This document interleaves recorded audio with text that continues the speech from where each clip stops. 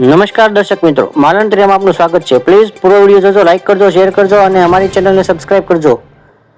વડાપ્રધાન શ્રી નરેન્દ્રભાઈ મોદી ભાવનગરના એક દિવસીય પ્રવાસે ભાવનગર એરપોર્ટ પર આવી પહોંચતા મુખ્યમંત્રી શ્રી ભૂપેન્દ્રભાઈ પટેલ, કેન્દ્રીય જળશક્તિ મંત્રી શ્રી સી આર પાટીલ સહિતના મહાનુભાવોએ વડાપ્રધાન શ્રીનું ભાવસભર સ્વાગત કર્યું.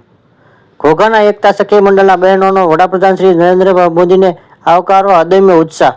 પરંપરાગત સાડીને કેસરિયા સાફામાં સજથી પહોંચ્યા. આ ક્રિએટિવ બેનર્સમાં હું છું ભાવનગર એવી રીતે લખવામાં આવ્યું હતું કે બેનર્સ મોટા અક્ષરમાં વાંચવામાં હું છું ભારત તેમ વંચાઈને મોટા અક્ષરો સાથે નાના અક્ષરને વાંચવામાં આવે તો હું છું ભાવનગર તેમ વંચાય. આમ ભાવનગરની કલા સર્જનાત્મકની માટેની જે આગવી ઓળખ છે તેની પણ અહીં પ્રતીતિ થઈ હતી. એનએસએસના સ્વયંસેવક વિદ્યાર્થીનીઓ વડાપ્રધાનશ્રીને આવકારવા માટે માય ભારતના લોગોવાળા ટી શર્ટ અને કેપમાં સજ્જ થઈને સભાસ્થળે પહોંચ્યા હતા.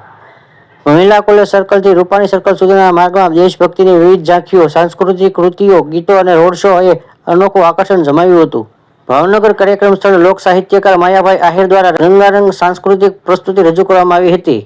ભાવનગરમાં સમુદ્ર સે સમૃદ્ધિ કાર્યક્રમ રૂ.33,600 કરોડથી વધુના વિકાસ કામોને ખાતમુહૂર્ત, લોકાર્પણ અને વિવિધ પ્રોજેક્ટનું રાષ્ટ્રાર્પણ કરતા વડાપ્રધાનશ્રીએ આ કાર્યક્રમમાં સ્પષ્ટ રીતે જણાવ્યું હતું કે ચીપથી શિપ સુધીના નિર્માણ દ્વારા આત્મનિર્ભર કેળવવી ભારતની સમૃદ્ધિનો દ્વાર ખોલવો છે.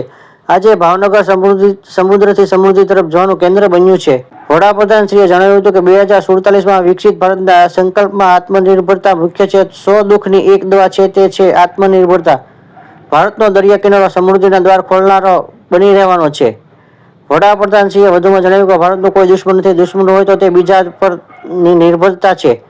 જેટલી વિદેશી નિર્ભરતા એટલી દેશની વિફળતા. વિશ્વમાં શાંતિ, સ્થિરતા અને સમૃદ્ધિ માટે ભારતે આત્મનિર્ભર બનવું જ પડશે.